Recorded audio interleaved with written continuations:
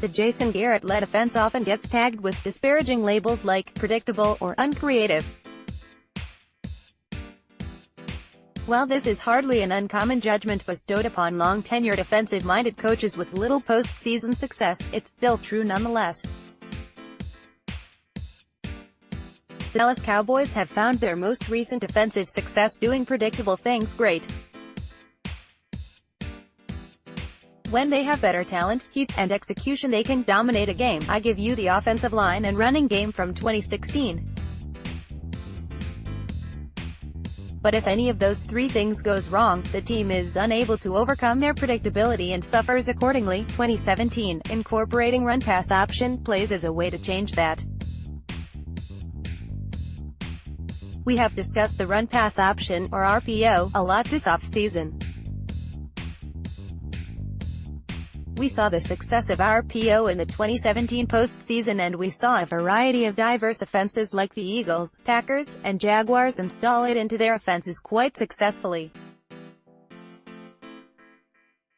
Given the Dallas Cowboys core personnel, their off-season moves this spring, and the growing trend of RPO in the NFL, we have reason to believe Garrett and Linehan intend to use it this season as a way to turbo-boost their offense. Coming away from draft weekend, I am more convinced that RPO and its variations will play a big part in the Cowboys' offense this season. Birdog26, at Birdog26, April 29, 2018. The RPO is not a gimmick, like the Wildcat was, or dangerous to the quarterback, like the read option. It's an unpredictable option of either pass or run that relies on decision-making and quick thinking from its QB. Earlier today, I broke down what the RPO is, the plays that often come with it, and the benefits it provides.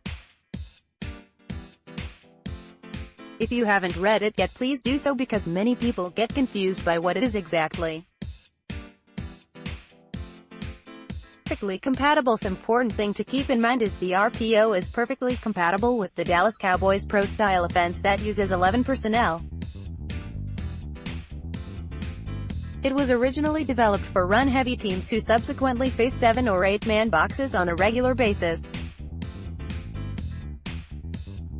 Adding a pass option to an otherwise standard run play, the offensive line run blocks on all RPOs, victimizes defenses that cheat extra players in the box to stop the run. And as all Cowboys fans know, opponents like to stack the box against Ezekiel Elliott. Note, adding RPO to the playbook does not require it be run every snap. The top teams that used RPO in 2017 only used it for 10 to 20% of their plays. Once you prove you can do it, defenses start to respect it and back off, creating all new opportunities.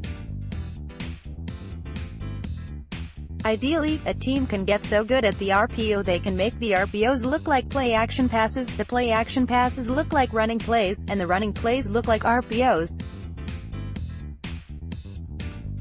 It's not creative play calling, but rather well-executed play. Adds creativity to an uncreative offensive. RPO automatically makes every offense more creative. It makes pre-snap ratio reads that count what sections of the field defenders have the advantage and where they are most vulnerable. It uses bubble screens, pop passes, slants, etc., to punish teams who dedicate too many players to stop the run. Then, it uses the threat of those passes to cause hesitation in the defense's actions against the run. There is an answer to everything the defense does with the RPO. RPO is creative because it's ever-changing. Being so new to the NFL, we've only scratched the surface of its potential. But even now, it's clear there isn't a trick to beating it. It's a play that's determined by defensive vulnerability.